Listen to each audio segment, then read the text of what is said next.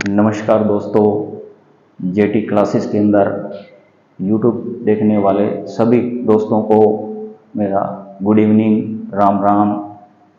जैसा कि jetty classes के अंदर आपको पहले मेरी क्लास के अंदर स्वर और कुछ व्यंजनों के बारे में बताया गया, आज आपको व्यंजनों की पूरी डिटेल से बताते हैं।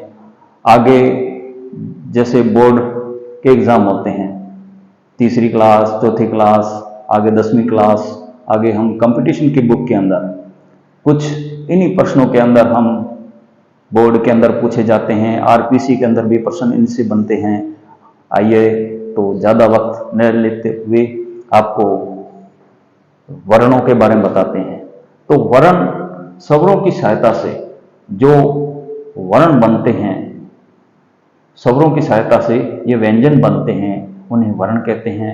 कुछ वर्ण देखो, ये जो व्यंजन है, अगर व्यंजनों की संख्या वो बताई जाए तो व्यंजनों की संख्या 41 मानी गई है। और जो व्यंजन कौन कौन से हैं, जैसे देखिए, जब हम संधि करते हैं तो किसी को पता नहीं होता है। जैसे संधि के अंदर आपको यहां से स्टार्ट होगा, इसको वर्ग बोला जाएगा। जैसे कि ये कै है, ये कै वर्ग है, इसको वर्ग बोला जाएगा। आपको देखो, साथ में पहली क्लास की लेकर एमए बीएड कंपटीशन और कोचिंग क्लासेस के साथ वैसे तैयारी करवा रहे हैं। एक देखो, आज जो घर बैठा बच्चा पहली क्लास का है, उसके भी काम की वीडियो है। और साथ में जो आज कंपटीशन के दौर के अंदर जो मेरे दोस्त हैं, सहपाठी हैं, भाई बहन हैं, वो भी क्लास लगा रहे हैं, उनके लिए भी बहुत इम्पोर्टेंट क्लास है। तो देखिए, जो व्यंजन है, तो व्यंजन, पहला प्रश्न तो ये बनता है, तो स्पर्श व्यंजनों की संख्या कितनी होती है। देखो, स्पर्श व्यंजन होते हैं 33 होते हैं। और स्वर मैंने पीछे क्लासेस बताया था, ये सीधा ही प्रश्न कंपटीशन के अंदर आता है। कई बार हिंदी के, जैसे हिंदी के सेकंड ग्रेड हो गया, आर्ट रीट हो गया, सेकंड लेवल, फर्स्ट लेवल, जो हिंदी ग्रामर के अंदर ये प्रश्न आते हैं। कईयों को मालूम नहीं होता है स्वर की संख्या कितनी होती है, स्पर्श व्यंजन कौन से हैं। देखो, वर्ग, तो ये वर्ग है, जैसे कै, ख, ग, घ, अड़। तो देखिए, जो ख है, कई पहली क्लास के अंदर कई छोटे बड़े भी होते हैं, तो वो ख क्या लिखते हैं, ज्यादातर हम देखते हैं कईयों के बुक के अंदर ये ख इस तरह लिखा जाता है। तो देखो, ये ख, तो ये ख को बुक हम गलत मानते हैं, क्योंकि ये ख नहीं है, ये सिर्फ र और व है। क्यों है र और व? क्योंकि हर बुक उठा के देखिए, जिसके अंदर जो ख है ना, वो ख ऐसे करके इस तरह दिया हुआ है। जैसे ऐसे डाल दिया, जो ख है इस तरह इसके साथ मैच होगा, ऐसे मिलाया होगा, उसको बोलेंगे ख। तो ग, घ और अड़, तो देखो, ये एक अड़ होता है। ये अड़ कब प्रयोग किया जाता है? एक ये हो गया अपना एक वर्ग। इस वर्ग के अंदर जैसे संधि पढ़ेंगे तो बोला 1 2 3 4 5, ये 5 जो एक वर्ग बनता है। तो पांचों का, जैसे प्रथम वर्ग का तीसरा अक्षर कौन सा होगा, जैसे अपने व्यंजन संधि करते हैं, व्यंजन है तो व्यंजन संधि के अंदर इसका प्रयोग किया जाता है। जैसे कै का तीसरा वर्ग कौन सा होगा, वर्ण कौन सा होगा, तो तीसरा जैसे ग होगा। इस तरह जैसे हम संधि करेंगे आगे, तो आपको जो अब हमारी क्लास है तब आपको याद आएगी, तब आप देखोगे सर ने हमें बताया था भी ये वर्ग कहाँ कहाँ है, इन शब्दों का, इन वर्णों का प्रयोग किया जाता है। तो देखिए, कै, ख, ग, घ, अड़, तो ये अड़ है।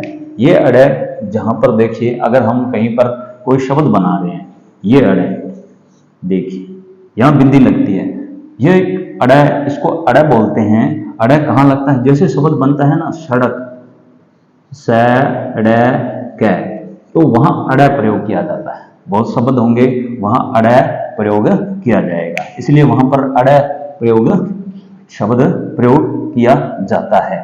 आगे देखिए, जैसे कि च, छ, ज, झ, अन, तो तो च, छ, ज, झ।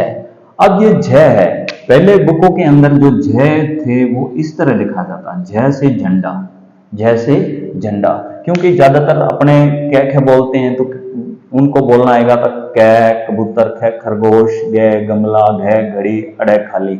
देखिए ऐसे हम पढ़ेंगे ना तो हम बुक नहीं पढ़ पाएंगे। जैसे आपके घर में बच्चे हैं, अगर वो ज्यादातर उनको पहली क्लास में तो वो ऐसे बोलेंगे कै कबूतर, ख खरगोश, ग गमला, घ घड़ी, अड़े खाली, च चरखा, छ छाता, जय जग, जय झंडा। तो उनको ऐसे न करवाते हुए अगर आप उनको इस तरह पढ़ाएंगे ना, जैसे बेटा जो कै है, कै कबूतर को सिर्फ कै बोलेंगे, कै के पीछे जो स्वर आवाज आ रही है वो ए की आ रही है, ठीक है ना। अब इनके साथ ये स्पर्श कैसे हुए, स्पर्श जैसे ए के, कै के में ए मिलाया तो बोला कैसे, क्या बोला जाएगा, क्या बोला जाएगा। ख के साथ ए बोलेंगे, ख पीछे ए आवाज आ रही है, ए की ध्वनि आ रही है, तो ग घ अड़, च छ ज झ अण, ट ठ ड ढ अण और ढ पे बिंदी। उसके बाद में त थ द ध न। उसके बाद में जैसे देखो अब ये ड है, दो ड आते हैं अपने हिंदी व्यंजन के अंदर, एक ड ये हो गया, एक ड ये होता है। इसमें और इस दोनों में क्या अंतर है, देखो जब हम डमरू लिख रहे हैं, जो वर्ड जैसे डर शब्द हो गया, कौन सा वर्ड होता है, डर, जैसे ड और र, डर, डर हो गया, डमरू हो गया, ड में रू, जैसे ये शब्द हो गया, तो ये ड लिखा जाएगा। और ये शब्द कहां प्रयोग किया जाएगा, जैसे कि हम सड़क लिखते हैं वहां पर, अभी मैंने पहले आपको बताया है। तो ये सड़क का शब्द प्रयोग के अंदर अड़ा जो बीच में आता है वो प्रयोग किया जाएगा। आगे देखिए, आगे जैसे थ, थ द ध न। अब कई ध भी दो प्रकार के बताए गए हैं, जैसे एक ध इस तरह भी लिखा जाता है, और कई बुकों के अंदर इस तरह भी ध लगेगा, ये भी सही है और ये भी सही है। आगे है न, और आगे हो गया प, फ, ब, भ और न। अब पहले जो बुकों के अंदर देखो कई बार जो भ है, तो भ को कैसे लिखा गया, एक तो ऐसे लिखते हैं, एक भ जो है इस तरह लिखा जाता है, ऐसे करके इस तरह, ये भ भी दोनों सही हैं, इसका प्रयोग भी किया जाता है। आगे आ गया मैं, उसके बाद में य, र, ल, व, स है। ये मैंने क्यों लिखा है, कई सोच रहे होंगे कि देखो जैसे यहां तो शलगम आना चाहिए, ये भी, इसका भी एक रीजन है, ये भी मैं एक रीजन बताता हूं। ये रीजन क्या है, ये यहां पर क्यों लिखा जाता है, तो पहली क्लास वाले या कोई बच्चे देख रहे होंगे या मेरे दोस्त देख रहे होंगे, सर आपने ये श है यहां होना चाहिए, आपने क्यों लिखा है। देखो जो कंपटीशन बुक की तैयारी करते हैं, 8वीं में बच्चे हैं, 7वीं में हैं, 6ठी में हैं, आज से जितने भी बच्चे हैं उनको ये बताना, इनमें से कंपटीशन के अंदर प्रश्न आते हैं। सबसे पहले पुट प्रश्न यही होता है, इधर देखिए जो स्पर्श व्यंजन है, जो देखो कै से लेकर, ये मेरा डायग्राम बनाया हुआ है ना, यहां से यहां तक, जैसे कै से लेकर है तक, कै से लेकर है तक जो 33 स्पर्श व्यंजन बनते हैं, तो स्पर्शों की संख्या कितनी है, स्पर्श व्यंजनों की संख्या 33 है। तो 33 देखिए, जैसे 1 2 3 4 5 6 7 8 9 10 11 12 13 14 15 16 17 18 19 20 21 22 23 24 25 26 27 28 29 30 और 31 32 33, तो ये 33 हैं, ये स्पर्श व्यंजन है। तो ये स्पर्श व्यंजन 33 की संख्या है। तो आगे आपको बताते हैं, जैसे देखो इनको क्या बोला जाता है, जैसे हम स है, ये उषम वर्ड बोलते हैं, इसको क्या बोलते हैं, उषम। जैसे अब देखिए कुछ प्रश्न आपको बताते हैं, जैसे ये हो गया श त्र ग सर्मिक, ठीक। आगे देखिए अब प्रश्न कौन से बनेंगे बुक के अंदर आपको, जैसे कि प्रश्न कौन कौन से आपको आते हैं, जैसे पहले प्रश्न तो सीधा ये बनता है, स्वरों की संख्या, स्वर 11, स्पर्श व्यंजन 33, ये टोटल कितने बन गए? 44 बन गए। 44 ये बने हैं और टोटल हमारे वर्णों की संख्या 52 है। कितनी है? 52। देखिए, देखो संयुक्त वर्ण, जो संयुक्त वर्ण है वो 4 है। संयुक्त व्यंजन जो व्यंजन है वो 4 बताए गए हैं। अब 4 कौन कौन से हैं? देखिए, जैसे ये 1, 2, 3 और 4, जैसे अक्षय, त्रय, ज्ञ और शर्मिक। जैसे अक्षय क्षत्रिय बोलते हैं, त्रय त्रिशूल हो गया, ज्ञ ज्ञानी और ये शर्मिक। जैसे श, त्रय, ज्ञ और श्रय, तो ये 4 ये हो गए। अनुस्वार, तो अनुस्वार देखिए, जैसे एक बिंदी लगती है।